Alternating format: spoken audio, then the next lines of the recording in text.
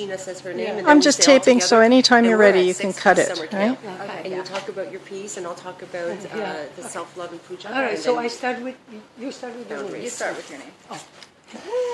All right, she's ready. Okay. Ready? Ready. My name is Carla. My name is Sabrina. And I'm Jeana, and we're here at Sex Geek Summer Camp. Summer Camp. We're having fun. It is wonderful.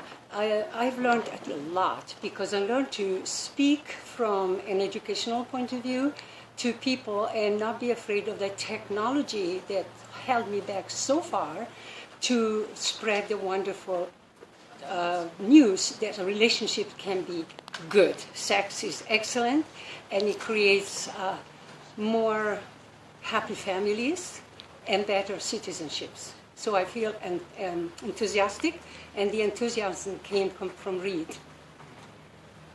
Thank you. And Sex Geek Summer Camp really relates about the educational aspect in business to teach us how to best promote ourselves as teachers.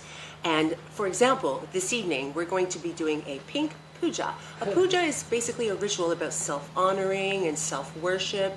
And so in the spirit of self-love, what I've also learned through Reed is basically because of transparency is really essential, because as teachers we're always trying to be so perfect and have the right words, and we're always so picky about our presentation. But in actuality, transparency, authenticity, feeling emotional, feeling pain, recognizing that pain and expressing it, because in fact we are all mere reflections of one another, and just showing and demonstrating our humanness is normal and natural.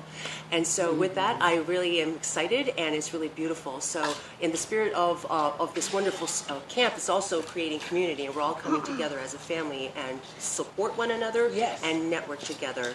And now I pass it on to Jeana. One of the wonderful things I've learned here at Sex Geek Summer Camp is how to discuss boundaries, policies, and agreements that you might have, whether they're in a relationship or a business practice or your family, or how you run and manage your hobbies. So the idea that I'd like to convey here that's been very useful for me is that if you find yourself making exceptions to your policy or your guideline or your relationship rules or whatever, you make too many exceptions and you've sort of by default created a new policy. And so you need to be explicit and be aware of when that happens. And so I find that very useful as I start to think about transforming my relationships as well as my educational practices.